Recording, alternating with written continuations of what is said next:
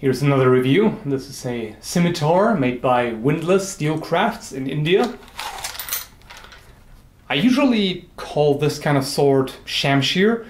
I wasn't able to find out exactly what the difference is between a shamshir and a scimitar, if any.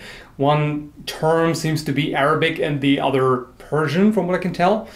When you look for pictures, shamshir and scimitar really results in pictures of swords that look exactly the same for the most part, but I'm not that concerned with the terminology. What I'm mostly interested in is how it performs, how it handles, and most importantly, is it worth your money? If I remember correctly, they were sold on Call of Athena for $200. It's now listed on museum replicas for $235 US dollars, that is. And the steel, I haven't been able to find out exactly what type it is. It only says high carbon steel, which is pretty obvious in case of a functional sword. But whether it's, 1045, 55, whatever, 1095, could be a lot of things, 1060. But in any case, based on my testing, it seems pretty decent steel, both in terms of strength and durability, as well as edge retention. Seems pretty good. Speaking of the edge, it comes completely dull. That's how Windlass makes their swords. They don't put an actual edge on them. Here's an example of a standard factory Windlass blade. So you can see it has no edge whatsoever, and it would be extremely tedious and time consuming to sharpen it by hand. You would really need a grinder for that. Call of Athena does offer a sharpening service, and that's how this one came. I tried it first with the edge that Call of Athena put on it. Wasn't very impressed. It was pretty difficult to cut with. It's not a very fine edge at all. It's quite a wide angle and has a massive secondary bevel. It's really more reminiscent of a splitting axe than a sword. And it does make cutting pretty difficult. And then I sharpen it myself using the Work Sharp, which I've reviewed. Link will be down below. And now it's actually sharp enough to shave hair. So this is really what you want for a sword like this. And now it cuts like a champ. The first cut I did with this, after sharpening it, I put way too much force into it, which you shouldn't anyway, but I was anticipating more resistance due to the previous experience with the edge, but I completely overswung because it was absolutely unnecessary. And the second cut was completely effortless. It just went right through the mat, no problem at all. It now cuts beautifully. It's really, really nice. The center of gravity is not very close to the guard.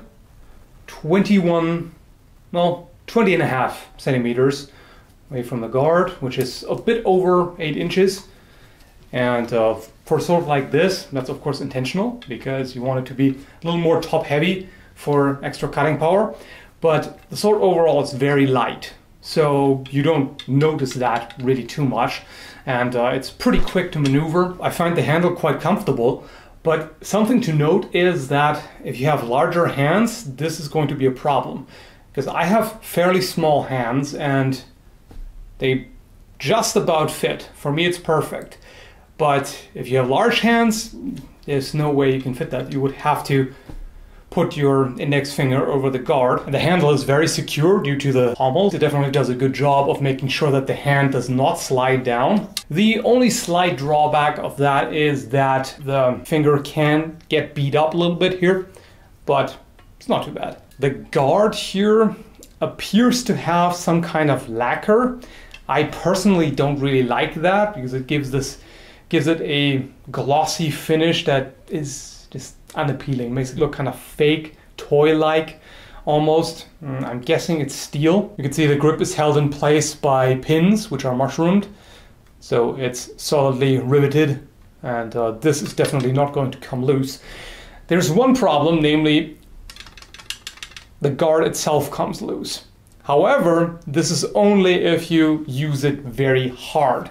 Because I was wondering exactly how much abuse the sword can take. With abusive tests like this, you can always argue, well, this is not what a sword is supposed to do.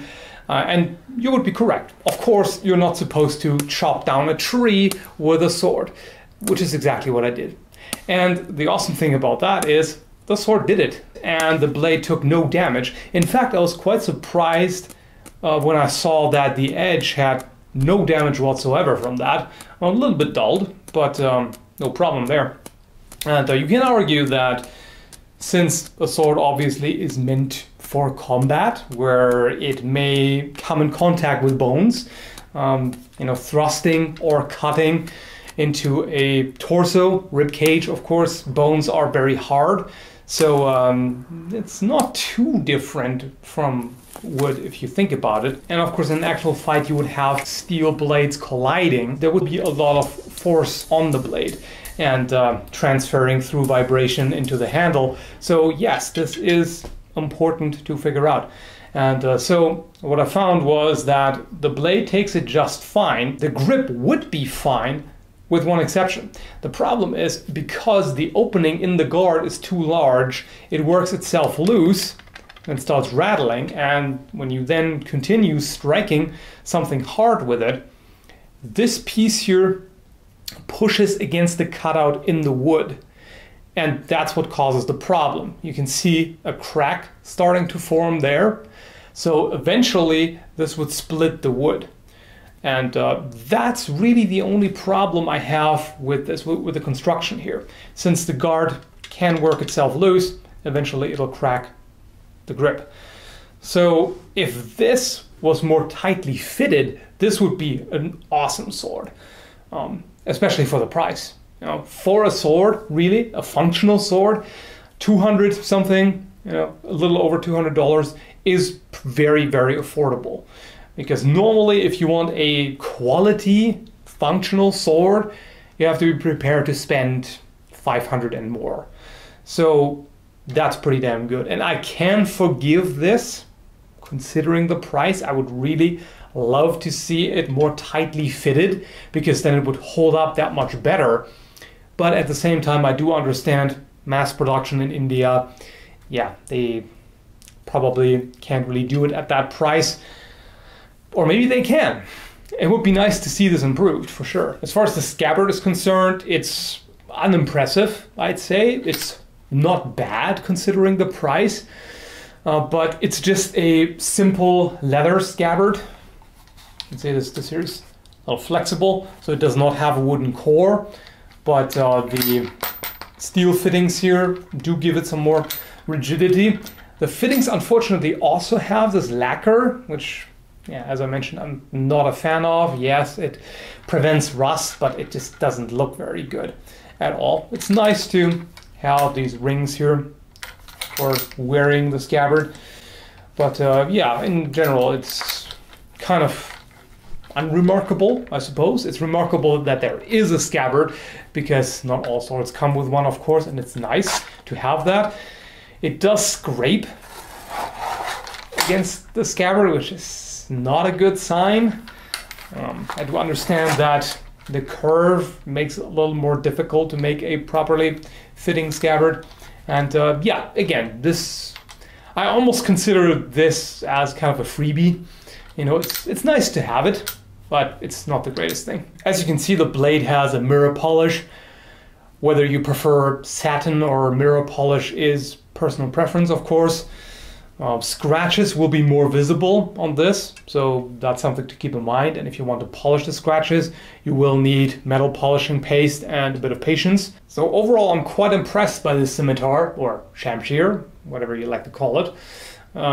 The guard here is really the only issue, the fact that it fits loosely. Even when this happens, this would still make a great project sword if you can, you know, remove the handle, make a new one. But of course that doesn't factor into the review, because this is about what you get for the price. The edge I can't evaluate, because by default it doesn't come with one at all. And Calvino's sharpening service is of course independent of this product.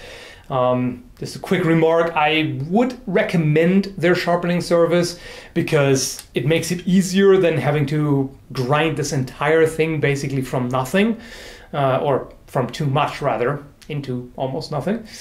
That didn't make any sense, but whatever, you know what I mean. There's a lot of material to remove if you just go with the standard factory blade as it comes from Windlass, so the sharpening service definitely does help, but I would treat it more as a as a start help for your own sharpening job, because it's not that good.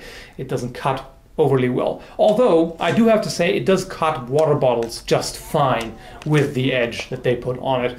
So that was not a problem at all. If you sharpen it, it's definitely easier to get clean cuts that leave the bottom of the bottle standing. But yeah, it is usable for water bottle cutting. So it's definitely a fun little sword for doing cutting practice, and it looks nice enough that it would also be a good collector's piece. So yeah, for a budget sword, this is very good. I can definitely recommend it. A lot of value for the money, and there are not too many alternatives on the market.